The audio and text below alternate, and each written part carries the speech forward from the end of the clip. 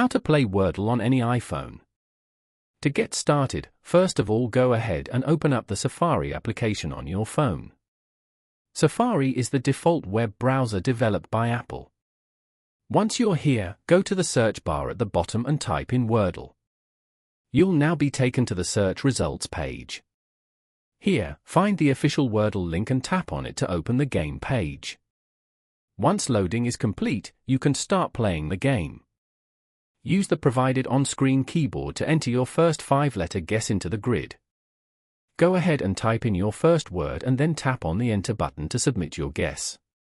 This way, guess the words and complete the round. Following these steps, you can easily play Wordle on any iPhone. Thank you for watching. Please leave a like if this tutorial helped you, or leave a comment below if you have any questions related to the video.